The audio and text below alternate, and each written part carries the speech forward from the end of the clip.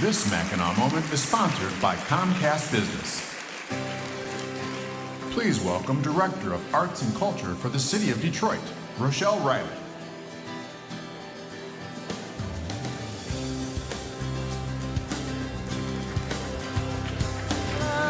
Hello.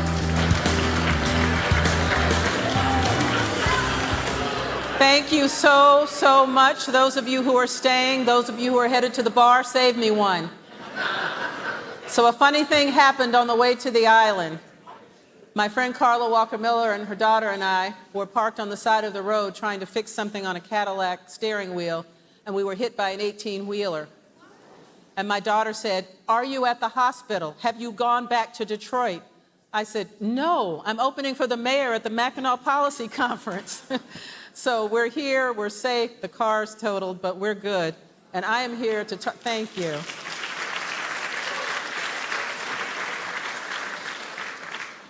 And I am here to talk to you about remaking an American city with beauty and art. My office is the Office of Arts, Culture, and Entrepreneurship. Entrepreneurship is on purpose because I work with a creative workforce.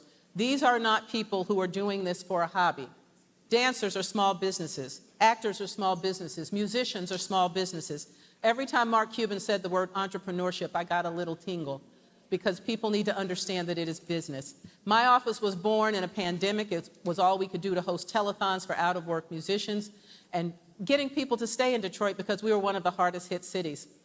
But after 3 years of rising by providing constituents with everything from record affordable housing to opportunities for education and employment, all to repair and improve and make people better, the mayor in his 2022 State of the City introduced Blight to Beauty.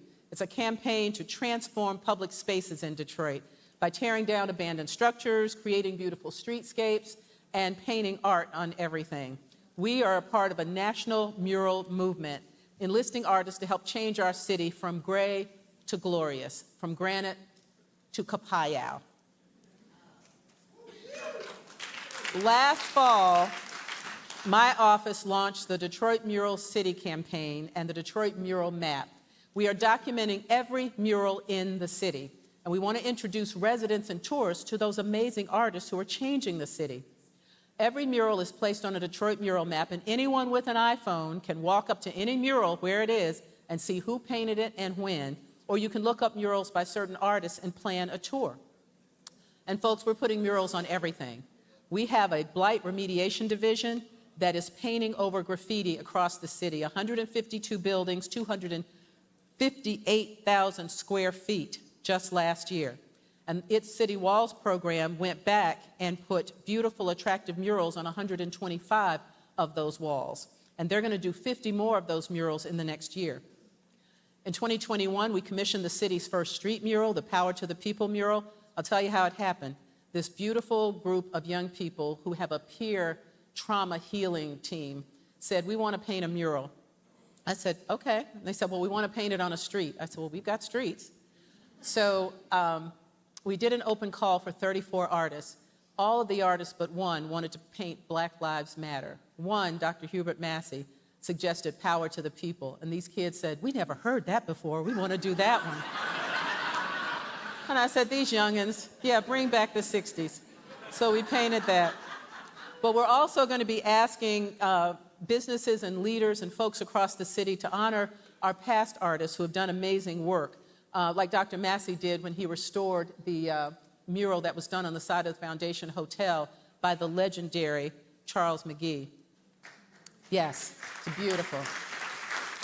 And this really is about life and a way of life and color and making Detroit someplace that is beautiful to live as well as business-like to live. And the real excitement is seeing the whole city get into the picture. So we've got color happening everywhere. We're also using arts and culture,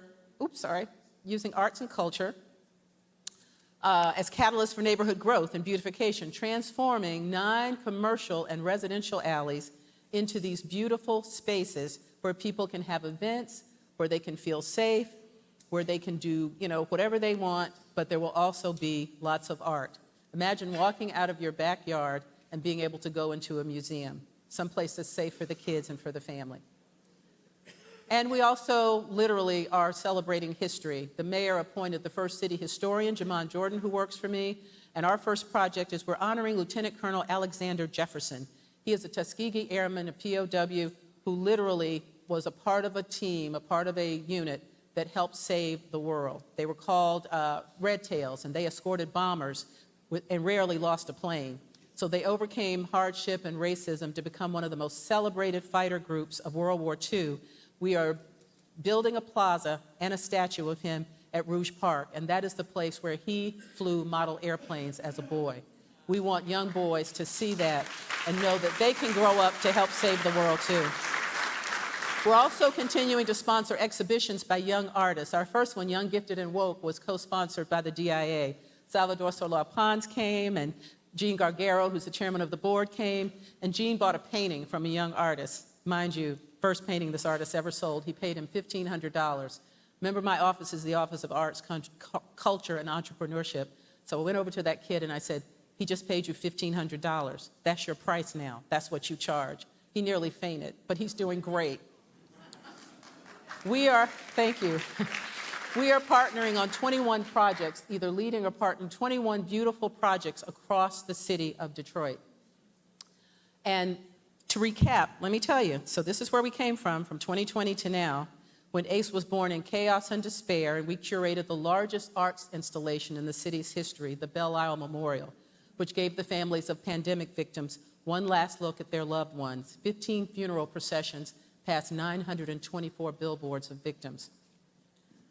Now, we're working to educate, elevate, and energize our creative workforce by commissioning 150 murals in neighborhoods across the city.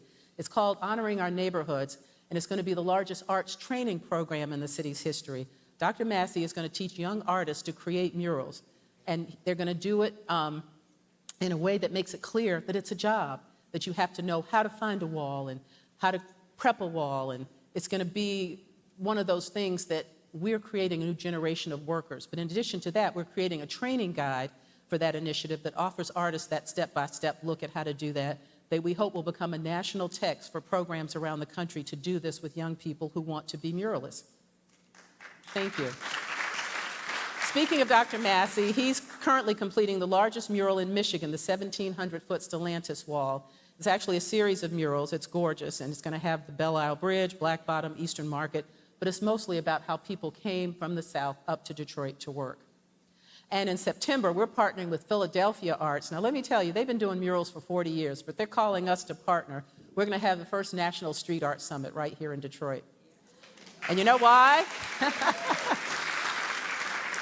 Because USA Today and a panel of judges named us in the top 10 cities in America in creating beautiful murals.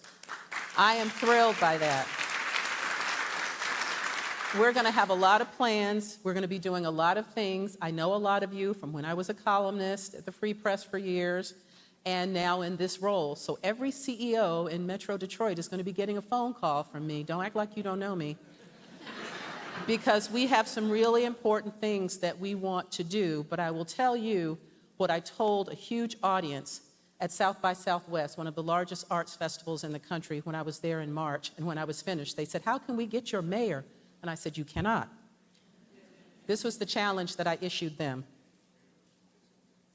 In Detroit, we use our streets, we use our walls, we use our city for art.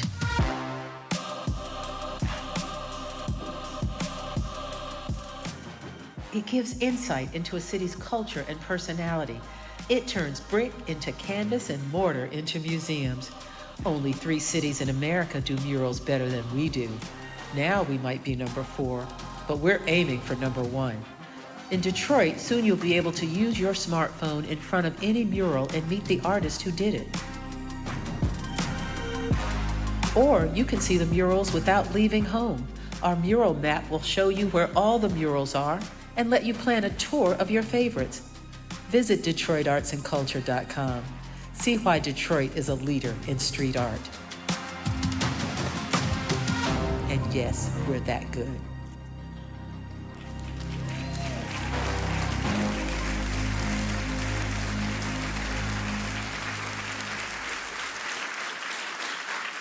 we don't have an opportunity to chat, but I will be on the porch for questions and checks.